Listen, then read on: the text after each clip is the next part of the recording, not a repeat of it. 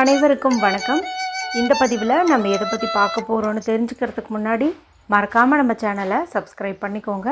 கூடவே பெல் பட்டனையும் கிளிக் பண்ணிவிட்டு ஆளுங்கிற ஆப்ஷன் கொடுத்துட்டிங்கன்னா நான் போடுற வீடியோக்கள் எல்லாமே மிஸ் ஆகாமல் நோட்டிஃபிகேஷனில் வந்துடும். இந்த பதிவு ரொம்ப ரொம்ப முக்கியமான பதிவு, அனைவரும் தெரிந்து கொள்ள வேண்டிய ஒரு பதிவு அப்படின்னே சொல்லாங்க. குறிப்பாக கடன் சுமை கழுத்து நெரிக்குது, எங்களால் நிம்மதியான ஒரு வாழ்க்கை அப்படிங்கிறது வாழவே முடியல, ஏதோ ஒரு தேவைக்காக கடன் வாங்கிட்டோம், ஆனால் அது பார்த்திங்கன்னா இப்போ வட்டிக்கு மேலே வட்டி ஏறி வாங்கின அசல் தொகையை விட இப்போ வட்டி அதிகமாக கட்டியாச்சு, இன்னுமே எங்களுக்கு அந்த கடன் பிரச்சனைங்கிறது முடிய மாட்டேங்குது, 4 இடத்துக்கு போக முடியல, வர முடியல, நிம்மதியாக சாப்பிட முடியல, தூங்க முடியல, ரொம்பவுமே அவமானமாக இருக்குது, இதிலேருந்து மீண்டு வருவதற்கு எங்களுக்கு ஒரு வழி சொல்லுங்கள் அப்படின்னு கேட்டிங்கன்னா, இப்போ நான் சொல்லக்கூடிய இதை மட்டும் நீங்கள் செஞ்சு பாருங்கள். 100% உங்களுக்கு உடனடி பலனே கிடைக்கும். ஏன்னா இதுக்கு முன்னாடியே இந்த பதிவு குறித்து நான் சொல்லி நிறைய பேர் செஞ்சு எனக்கு நல்ல ஒரு பாசிட்டிவ் கமெண்ட் கொடுத்துருக்காங்க. அதனால் அதுவும் இந்த நாளானது ரொம்ப ரொம்ப விசேஷம் பொருந்திய ஒரு நாளாக இருக்கிறதுனால இந்த நாளில் செய்யும்போது உங்களுக்கு 100% ரிசல்ட் கிடைச்சே தீரும் அப்படின்னே சொல்லலாம். இன்றைய நாளில் என்னென்ன சிறப்பு இருக்குதுன்னு பார்த்திங்கன்னா, இன்றைக்கி ஜூன் மாதம் 9ஆம் தேதி, வைகாசி மாதத்தின் 26ஆம் தேதி நிறைஞ்ச திங்கட்கிழமை. இந்த திங்கட்கிழமை நாளில் நமக்கு வைகாசி விசாகமானது இருக்குதுங்க.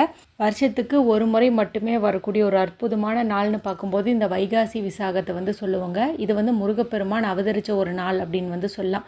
இந்த நாளில் நம்ம வீட்லேயோ கோவில்லையோ முருகப்பெருமானை மனதார வழிபாடு செஞ்சோம் அப்படிங்கும்போது நிறைவேறாத வேண்டுதல்களை கூட நிறைவேற்றி தருவார் அப்படின்னே சொல்லலாம். இறை வழிபாட்டின்படி இந்த சிறப்பு இருக்குது அப்படிங்கும்போது லா ஆஃப் அட்ராக்ஷன் படி இன்றைக்கி நமக்கு 3 எண்களுக்கான அற்புதமான சேர்க்கை இருக்குது. அதுவும் செவ்வாய் பகவானுக்கு உரிய 9 சேர்க்கையானது கரெக்டாக முருகப்பெருமான் வழிபாட்டுக்குரிய இந்த நாளில் இருக்கிறது சிறப்பு. ஏன்னு பார்த்திங்கன்னா, இன்றைக்கி முருகப்பெருமான் அவதரித்த நாள், அவர் அதிதேவதையாக கொண்டவர் தான் செவ்வாய் பகவான். கரெக்டாக அவருடைய எண்ணானது இந்த தேதியில் வந்திருக்குது, வருஷத்தில் வந்திருக்குது 9 இதுவே ஒரு பெரிய பாக்கியம் அப்படின்னு சொல்லலாம். அடுத்தது உடனடி பண தேவைக்கு உதவக்கூடிய 897 அப்படிங்கிற எண்ணுக்கான சேர்க்கையும் இந்த நாளில் நமக்கு அமைஞ்சிருக்குது. அடுத்ததாக பார்த்திங்கன்னா 786 அப்படிங்கிற டிவைன் நம்பர், இது நல்ல ஒரு பணப்புழக்கத்தையும் ஏற்படுத்தி தரும், மேலும் நினச்ச காரியத்தையும் நடத்தி தரும். இந்த எண்களுக்கு உண்டான சேர்க்கை எல்லாம் எப்படி வருது அப்படிங்கிறத இதுக்கு முந்தைய பதிவுகள்லேயே நான் போட்டாச்சுங்க. நீங்கள் அந்த பழைய பதிவில் பார்த்துட்டு தெரிஞ்சுக்கோங்க. இதிலேயே நான் சொல்லலை. இந்த சிறப்பு வாய்ந்த நாளில் குடிக்கும் தண்ணீர் பரிகாரம்னு ஆல்ரெடி நம்மளுடைய சேனலில் ஒரு வீடியோ இருக்குது. அது இன்று இரவுக்குள்ளே கூட அதுபோல் தண்ணீர் ரெடி பண்ணிட்டு நீங்கள் குளிக்கலாம், அல்லது முகம் கை கால் கழுவிக்கலாம். அடுத்ததாக பார்த்திங்கன்னா, நிலைவாசலில் செய்ய வேண்டிய ஒரு முக்கியமான விஷயம் குறித்து அடுத்த பதிவில் சொல்லியிருந்தேன். அதையும் நீங்கள் இரவுக்குள்ளே செய்யலாம். அடுத்ததாக பார்த்திங்கன்னா, இன்று ஒரு வரி மந்திரம் ஒன்று சொல்லி கொடுத்துருந்தேன். வெறும் 6 முறை மட்டும் சொன்னீங்கன்னா போதும்னு சொல்லியிருந்தேன். ரொம்ப ரொம்ப சிம்பிளாக இருக்கும், அதிகப்படியான பலன் தரக்கூடியதாக இருக்கும். அதையும் நீங்கள் சொல்லலாம். அடுத்து இன்றைக்கி காலையில் 9 துவரம் பருப்பை வச்சு ஒரு அற்புதமான பரிகாரம். அது ஒரு ரூல்ஸ் அண்ட் ரெஸ்ட்ரிக்ஷன்ஸுமே கிடையாது. அதனால் பெண்கள் அதை எந்த சூழ்நிலையில் இருந்தாலும் தாராளமாக செய்யலாம். கோடி கடன் இருந்தாலும் முருகப்பெருமானுடைய அருளால் அந்த கடன் பிரச்சனையிலேருந்து நீங்கள் முற்றிலுமாகவே வெளியில் வருவீங்க அப்படின்னு சொல்லலாம். அடுத்து பார்த்திங்கன்னா, இன்றைக்கி ஒரு குறிப்பிட்ட டைம் சொல்லி அந்த டைமில் 9 முறை ஒரு வார்த்தையை நீங்கள் சொன்னீங்கன்னாவே போதும், ஒரு குறிப்பிட்ட பொருளை தூக்கி போட்டிங்கன்னாவே போதும், கடன் பிரச்சனை தீரும். இந்த மாதிரியும் ஒரு பதிவு இருக்கும். நான் சொன்ன வீடியோக்களெல்லாம் நீங்கள் பார்க்காம இருந்தீங்கன்னா இந்த வீடியோ முடியும் போது வரக்கூடிய எண்டு ஸ்க்ரீனில் அதனுடைய லிங்க்கை நான் கொடுக்குறேன், மறக்காமல் செக் பண்ணி பாருங்கள். சரி, போய் இந்த பதிவுக்கான விளக்கத்துக்குள்ளே போகலாம். இதுவும் பார்த்திங்கன்னா எந்த ஒரு பூஜை இல்லாத, வழிபாடு இல்லாத முறை குறித்து தான் பார்க்க போகிறோம். அதனால் பெண்கள் எந்த சூழ்நிலையில் இருந்தாலும் தாராளமாக செய்யலாம். ஆண்களும் இந்த பரிகாரத்தை செய்யலாம். யாருக்கெல்லாம் கடன் பிரச்சனை இருக்குதோ அவங்க இந்த பரிகாரத்தை செய்யலாம். மேலும் கணவர் தான் கடன் வாங்கியிருக்காரு, அவருடைய பேரில் தான் கடன் இருக்குது, அவர் இது போல் பரிகாரமெல்லாம் செய்ய மாட்டார், அவருக்கு டைம் இல்லை, அவருக்காக நான் செய்யலாமா அப்படின்னு கேட்டிங்கன்னா தாராளமாக செய்யலாம். அதில் எந்த தவறுமே கிடையாது. நீங்கள் வாங்கியிருக்கக்கூடிய கடனானது வங்கி கடனாக இருக்கலாம், இல்லை தனி ஒரு நபர்கிட்ட வாங்கியிருந்தாலும் சரி, இதை நீங்கள் செய்யலாம்.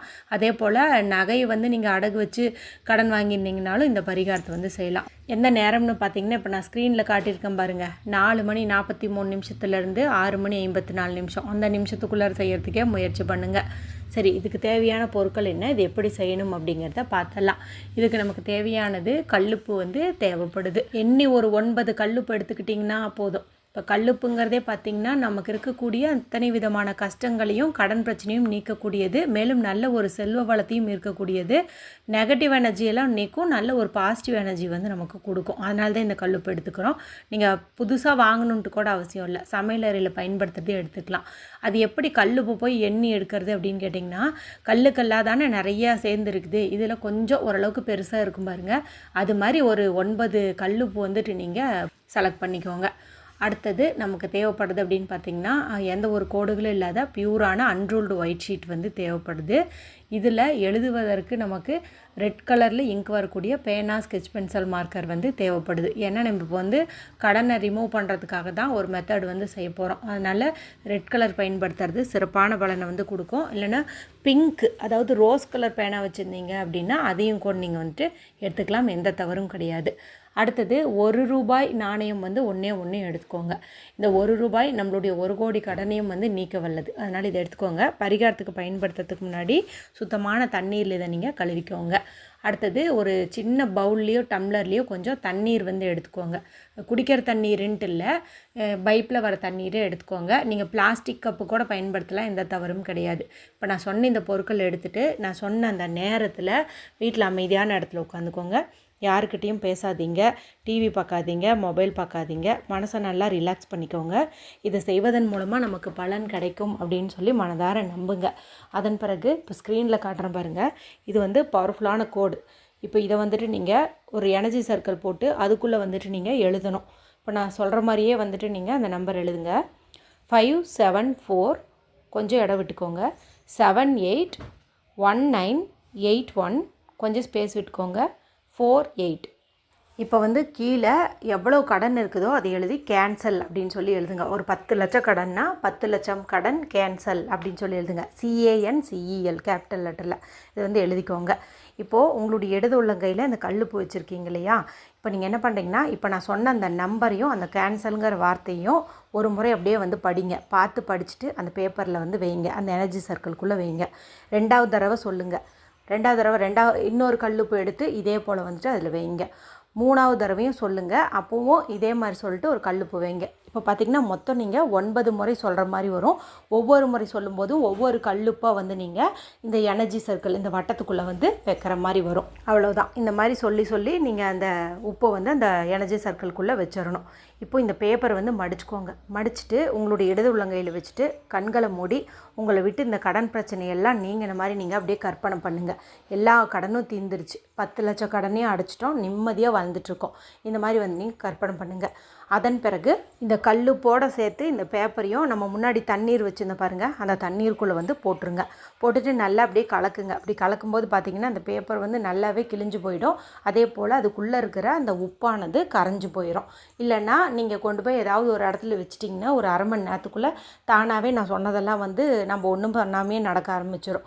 அதன் பிறகு நீங்கள் இதை எடுத்துகிட்டு போயிட்டு சிங்கில் தண்ணீர் திருவி விட்டு அதே ஃபோர்ஸ்லேயே வந்து இதை நீங்கள் ஊற்றி விட்டுறணும். இவ்வளோ தான் நம்ம பண்ண வேண்டியது. பரிகாரம்னு பார்க்கும்போது ரொம்ப ரொம்ப சிம்பிள். ஆனால் நம்ம செய்யக்கூடிய நாளும் டைமும் பார்த்திங்கன்னா ரொம்ப ரொம்ப முக்கியம். அடுத்து அந்த ₹1 எடுத்துக்க சொன்ன பாருங்கள், அந்த ₹1 மறக்காமல் நீங்கள் யாருக்கிட்ட கடன் வாங்கினீங்களோ அவங்களுடைய பெயரையும் அந்த அமௌண்ட்டையும் ஒரு பேப்பரில் எழுதி அந்த பேப்பருக்குள்ளே இந்த ₹1 மடித்து தனியாக ஒரு பர்ஸ்லேயோ இல்லை ஒரு கவர்லேயோ வந்து நீங்கள் வச்சுருங்க. இதை நீங்கள் அவசியம் பண்ணுங்கள். இதன் மூலமாக உங்களுடைய கடன் பிரச்சனை வந்து தீரும். இப்போ நான் சொன்ன இந்த 2 விஷயத்தையும் நீங்கள் நான் சொன்ன டைமுக்குள்ளே பண்ணும்போது தான் உங்களுக்கு ரிசல்ட் கிடைக்கும். அதனால் மறக்காமல் யூஸ் பண்ணிக்கோங்க. வீடியோ பிடிச்சிருந்தால் மற்றவங்களோட ஷேர் பண்ணுங்கள், லைக் பண்ணுங்கள். மற்றும் ஒரு பயனுள்ள பதிவில் உங்களை சந்திக்கிறேன். நன்றி, வணக்கம்.